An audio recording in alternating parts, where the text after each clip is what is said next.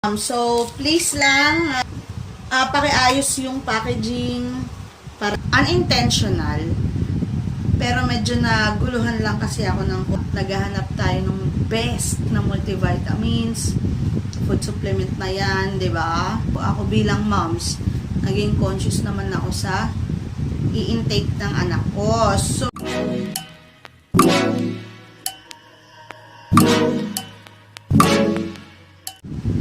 have no fear, the mom is here and we're back again to our YouTube channel, The Moms. Kung bago ka sa aking YouTube channel, alam niyo na gagawin nyo? Like this video, subscribe, and share! And click the notification bell for more update para updated kayo lagi sa aking mga bagong video. So ngayon guys, ang ating video, actually, hindi ko naman siya as in din ulit i-video, parang katulad nung sa milk tea, no? So parang unintentional, pero medyo naguluhan lang kasi ako ng konti doon sa packaging niya. Okay, alam naman natin ngayon guys, sa panahon ngayon, so halos lahat tayo ay panahon ng COVID, no? So tayo lahat ay gusto maging healthy, tayong lahat ay gustong maging malakas ang immune system. And lalo na sa mga moms na katulad ko, mas minimake sure natin na ang ating mga anak ay yung malakas ang resistensya. Tama ba? Okay. So yun, dahil nga sa panahon ngayon, kailangan malakas ang resistensya. Maliban, of course, stay at home. Stay at home. Huwag mo na maglalabas. Huwag mo nang gumala kung saan-saan. Kung hindi importante, stay at home. Stay safe. So, maliban sa pagpa-stay safe at home sa ating mga anak, mga aking ka-moms, minimake sure natin sila, maliban sa pagkain, yung kanilang multivitamins, no? Medyo nabigyan ng priority ng multivitamins, no? Magtatanong ka sa pedya, ano ba ang multivitamins na dapat, or ano yung maganda, ano yung the best. Sabi ng pedya noon, kahit alin pwede naman. Okay, and ito na nga, pumutok yung pandemic na to at lahat ng tao bigla naging conscious. So, ako bilang moms, naging conscious naman ako sa i-intake ng anak ko. So, dati, meron silang vitamins. Tapos, nagtry ako ng iba. Yan, nagtry ako ng iba. Siyempre, over the counter naman to. So, ina-expect natin na hindi naman siya harmful kasi siyempre, lahat ng over the counter drugs, of course, kahit walang prescription, mabibili mo. Pero ako naman, binabasa ko yung nasa label, nasa box. Binabasa ko yung nasa box. Ngayon, pinagko-compare ko pa nga, alam niyo, parang paranoid ka. Ano ba mas magandang vitamins? Pinagko-compare ko siya. Tapos, eto, recently, dahil ubos na ulit yung vitamins nila. So, meron akong 4 na anak. So, ang isang boting vitamins ay mabilis lang talagang maubos. Pumili ako ng vitamins nila. Tapos, syempre, dun sa Mercury Drugs, bumili ako ng vitamins nila. Pinag-compare ko yung mga, di ba sa labas ng, sa box ng vitamins, merong label. So, binasa ko yun. Kasi mahilig naman ako magbasa ng label bago naman din ako bumibili. Syempre, titignan mo expiry date, titignan mo manufacturing date. Ngayon, nakita ko itong isang vitamins na to, na parang maganda naman kasi meron pa siyang nakalagay with, ano ba yun? With lysine. So, with lysine para sa brain.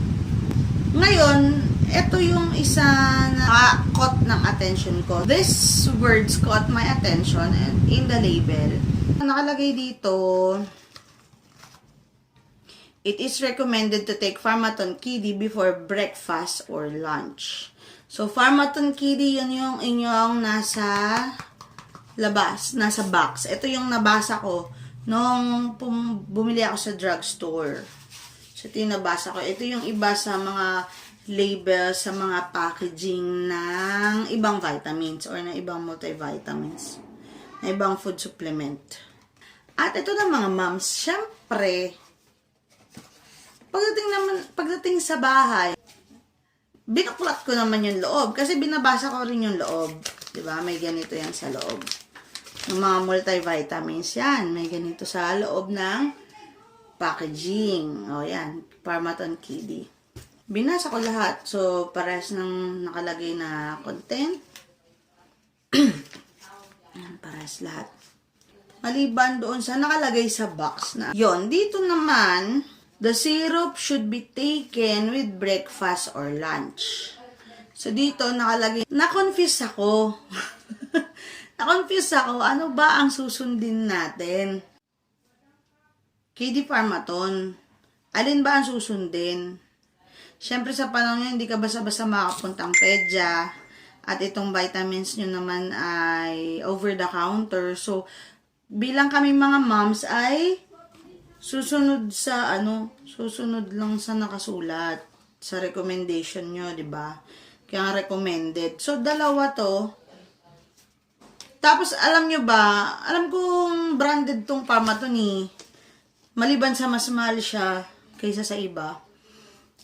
Plus, isa na lang siya dun sa So, syempre, unang thinking natin, mga moms, ay siguro mas maganda to. Baka mas marami nagre-recommend nito. Kasi, nag-iisa na lang talaga siya doon sa, sa shelf. Nag-iisa na lang siya doon sa shelf ng, ng mga multivitamins na iba-ibang brand. So, yun. Maliban sa nakita ko maganda naman yung mga laman niya compared, in comparison sa laman ng ibang multivitamins na tinignan ko. Ayun nga lang, nalito ako kung ano ang susundin ko ba? Ano bang susundin namin na mga ka-moms out there? Should it be taken before breakfast or lunch? Or should it be taken after breakfast or lunch? Ang Kiddie Parmaton, or Parmaton Kiddie,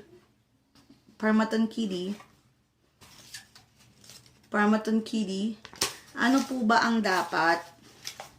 Hindi ko lang alam kung aware na kayo na magkaiba yung yung laman ng nasa loob, yung nakasulat sa loob at yung nakasulat sa labas ng box. So, Sanofi siya. So, ano ba dapat before breakfast or before lunch, and aware ba kayo na magkaiba yung nakasulat sa box at saka yung dito sa papel. Yan. Kasi karamihan naman, okay naman na parehas lang. Yun lang talaga yung magkaiba. And, hindi ko po ulit sinisiraan ang kanilang brand Confused lang po ako. Maganda naman po yung mga laman ng nila. Maganda naman yung nakasulat na content. With lysine, with vitamin E. Yun naman yung kagandahan, bakit siya pinili ko over the other vitamin. Yung pag-compute naman ng madali lang mag-compute kung ilang dosage yung ipapainom mo sa anak mo, depende sa weight. Pwede naman malinawan kung ano ang dapat gawin dyan. Comment down kung sino mga may alam kung paano yan. So, pwede nyo kaming tulungan, mga ka-moms. Okay? Yeah?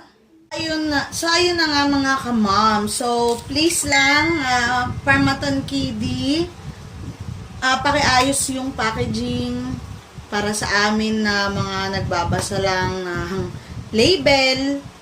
Okay, para mag-guide kami ng maayos. So, yun lang. Bye!